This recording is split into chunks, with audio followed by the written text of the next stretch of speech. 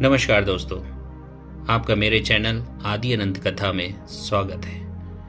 आइए आज हम जानते हैं कि महालक्ष्मी व्रत, जो कि अपने आप में एक सर्वश्रेष्ठ व्रत है, इसकी कथा के पीछे क्या सार है और ये कथा हमें क्या सिखाती है, इसका क्यों इतना महत्व है।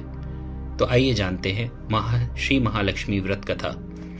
एक समय धर्मराज युधिष्ठिर भगवान श्री कृष्ण से बोले, हे पुरुषोत्तम, खोए हुए मान सम्मान की पुनः प्राप्ति कराने वाला और पुत्र आयु सर्वेश्वर्य तथा मन वांछित फल को देने वाला कोई वृत्तांत मुझसे कहिए। श्री कृष्ण जी ने युधिष्ठिर से कहा, हे राजन, सतयुग के प्रारंभ में जब दैत्यराज वृतासुर ने देवताओं के स्वर्ग लोक में प्रवेश किया था, तब यही प्रश्न इंद्र ने नारद मुनि से किया था।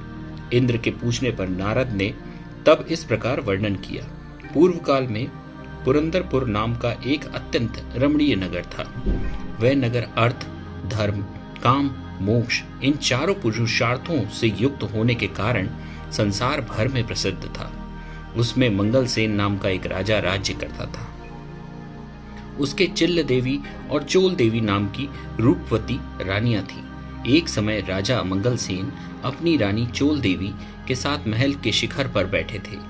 वहां से उनकी दृष्टि समुद्र के जल से घिरे हुए स्थान पर पड़ी। उस जगह को देखकर राजा अति प्रसन्न हुआ और अपनी रानी से बोला, हे चंचलाक्षी, मैं उस स्थान पर तुम्हारे लिए परम मनोहर उद्यान बनवाऊंगा। राजा के ऐसे वाक्य को सुनकर रानी ने कहा, हे कांत, आपकी जैसी इच्छा हो वैसा कीजिए। राजा ने अपने विचार के अनुसार उसी स्थान पर एक सुंदर बगीचा बनवा दिया। यह बगीचा थोड़े दिनों में अनेक वृक्ष, लता, फूलों और पक्षीगणों से संपन्न हो गया। एक समय उस उद्यान में मेघ तुल्य काला और वर्ण चंचल नेत्रों से युक्त शूकर घुस आया। उसने आकर वृक्षों को तोड़ डाला और उद्यान को चौपट कर दिया। यही नहीं, उस शूकर ने बगीचे के कई रखवालों को मार डाला। तब उद्यान के रक्षक उससे भयभीत होकर राजा के पास गए और सब हाल कह सुनाया। अपने परम रम्य उद्यान के उजड़ने की बात सुनकर राजा के नेत्र क्रोध से लाल हो गए। राजा ने अपनी सेना को आज्ञा दी कि शीघ्र जाकर उस शूकर को मार डालो। यही नहीं, राजा स्वयं भी मतवाले हाथी पर सवार हो उद्यान की ओर चल पड़ा। तब राजा बोला, यदि किसी की बगल से यह शूकर निकल जाएगा तो मैं उस सिपाही का सिर शत्रु की भांति काट डालूंगा। राजा के ऐसे वचन सुनकर वह शूकर जिस भाग में स्वयं राजा खड़ा था, उसी मार्ग से मनुष्यों को विदीर्ण करता हुआ निकल गया। राजा अपने घोड़े को मारता ही रह गया। राजा लज्जा से प्रेरित होकर उस शूकर का पीछा करते करते सिंह बाघों से युक्त घोर वन में दूर जा निकला। निदान शूकर से मुठभेड़ हुई और राजा ने अपने बाण से उसे भेद दिया। बाण लगते ही शूकर अपने अधम शरीर को छोड़ दिव्य गंधर्व रूप में आ गया और विमान पर चढ़कर स्वर्ग को जाने लगा। गंधर्व ने राजा से कहा, हे महिपाल, आपने शूकर योनि से मुझे छुड़ाकर बड़ी कृपा की। मैं चित्ररथ नाम का गंधर्व हूँ। एक समय जबकि ब्रह्मा जी देवताओं के बीच बैठे हुए मेरा गायन सुन रहे थे, तब मुझसे ताल स्वर की भूल हो जाने से उन्होंने रुष्ट होकर मुझे श्राप दिया था कि तू पृथ्वी पर शूकर होगा। जिस समय राजा मंगलसेन तुझे अपने हाथों से मारेगा, तब तू शूकर योनि से मुक्त होगा। सो आज वह श्राप पूरा हुआ। हे राजन, मैं आपके कृत्य से प्रसन्न हुआ। आप भविष्य में महालक्ष्मी व्रत करके सर्वभौम राजा हो जाएंगे, ऐसा मेरा आशीर्वाद है। नारद जी कहने लगे और वह चित्ररथ गंधर्व राजा मंगलसेन को ऐसा आशीर्वाद देकर अंतर्ध्यान हो गया।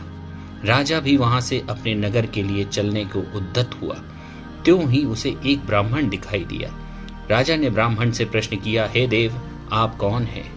इस पर ब्राह्मण ने उत्तर दिया, हे राजन, मैं आपके ही राज्य का एक नागरिक हूँ।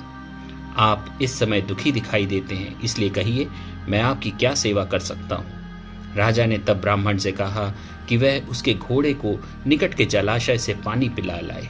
ब्राह्मण ने ऐसा ही किया। वह घोड़े की पीठ पर सवार होकर जलाशय की ओर जाता है। बटुक जलाशय के निकट पहुंचकर देखता है कि वहां दिव्य वस्त्र और अलंकार पहने हुए बहुत सी स्त्रियां कथा कह रही हैं। तदनंतर वह बटुक भी उन स्त्रियों के पास जाकर अपना परिचय देकर नाना प्रकार के प्रश्न करने लगा। हे स्त्रियों, आप यहाँ भक्ति भाव से क्या कर रही हैं? इसके करने से क्या फल मिलता है? इन देवियों ने तरस खाकर उस ब्राह्मण से कहा, यहाँ श्री महालक्ष्मी जी का पूजा हो रही है और जो हम कथा कह रही हैं वह उन्हीं के व्रत की कथा है, अतः आप एकाग्रचित्त होकर यह कथा सुने। इस व्रत के करने से हर प्रकार की संपत्ति की प्राप्ति हो सकती है तथा अपना खोया हुआ यश भी प्राप्त होता है, इसमें कोई संदेह ना करे। इस प्रकार बटुक को उन स्त्रियों ने व्रत का वृत्तांत कह सुनाया। बटुक ने घोड़े को जल पिलाया और राजा के लिए कमल के पत्तों में जल लेकर वहां से लौट आया। ब्राह्मण ने लौटकर सारा किस्सा राजा को सुनाया और यही व्रत की कथा राजा से कह सुनाई। महालक्ष्मी का पूजन तथा व्रत करके राजा अपने ऐश्वर्य का भागी बनकर वन से उस बटुक को साथ लेकर अपनी राजधानी को लौट आया। सबसे पहले राजा अपने मित्र बटुक के साथ अपनी बड़ी रानी चोल देवी के महल में जाता है। रानी ने जब राजा के दाहिने हाथ में व्रत का बंधा हुआ डोरा देखा तो वह राजा से रुष्ट हो जाती है। वन में यह डोरा किसी अन्य स्त्री ने राजा को बांध दिया है। ऐसा विचार कर चोल देवी ने राजा के हाथ से वह डोरा तोड़कर धरती पर फेंक दिया। उसी समय छोटी रानी चिल्ल देवी भी वहां आ पहुंचती है। वह उस डोरे को उठा लेती है और पास ही खड़े बटुक ब्राह्मण से उस डोरे का संपूर्ण रहस्य जान लेती है। दूसरे वर्ष जब महालक्ष्मी जी के व्रत का दिन आता है तब राजा अपने हाथ के डोरे को देखते हैं और चिल्ल देवी रानी के महल में व्रत और पूजा आदि का संदेश पाकर पहुंच जाते हैं। वे इस प्रकार चोल देवी रानी से रुष्ट हो जाते हैं और चिल्ल देवी रानी से प्रसन्न हो जाते हैं। पूजन के दिन ही लक्ष्मी जी चोल देवी रानी के महल में एक वृद्ध का रूप धारण कर पहुंचती हैं। वहां चोल देवी लक्ष्मी जी का अनादर करती हैं। तब अप्रसन्न होकर लक्ष्मी जी रानी चोल देवी को श्राप देती हैं कि जा, तेरा मुख सूकरी जैसा हो जाएगा। अब तू अंगीरा ऋषि के आश्रम में जाएगी, तब वहां से के कृत्य से तू अपना स्वरूप प्राप्त करेगी। इसके बाद लक्ष्मी जी रानी चिल्ल देवी के महल में गई। वहां रानी ने उनका बड़ा आदर किया। प्रसन्न होकर लक्ष्मी जी ने रानी चिल्ल देवी से कहा, हे रानी, मैं तेरे पूजन तथा आदर सत्कार से प्रसन्न हुई हूँ, तू वर मांग। तब रानी चिल्ल देवी ने प्रार्थना करते हुए कहा, हे देवी, जो भी तुम्हारे इस व्रत को करे उसके घर में तुम सदा निवास किया करो। जो आपके इस व्रत की कथा को श्रवण करे और पढ़े उसकी आप सभी कामनाएं पूरी किया करो। मैं आपसे बस यही वरदान चाहती हूँ। तब लक्ष्मी जी रानी चिल्ल देवी को वरदान देकर अंतर्ध्यान हो जाती हैं। उसी दिन रानी चोल देवी द्वारपालों द्वारा अपने सूकरी जैसे मुख हो जाने के कारण अपमानित होती हैं। जब रानी चोल देवी अपना मुख दर्पण में देखती हैं और अपने किए पर पछताती हैं, लक्ष्मी जी के श्राप के अनुसार रानी चोल देवी अंगीरा ऋषि के कहने के अनुसार महालक्ष्मी जी का व्रत करती हैं और अपना खोया हुआ स्वरूप प्राप्त करती हैं। ऋषि के आग्रह से राजा मंगलसेन अपनी बड़ी रानी को ग्रहण करता है। इस प्रकार मंगलसेन अपनी दोनों पत्नियों सहित बहुत वर्षों तक राज्य सुख भोग करते रहे। वह अपने समय का चक्रवर्ती राजा माने जाने लगा।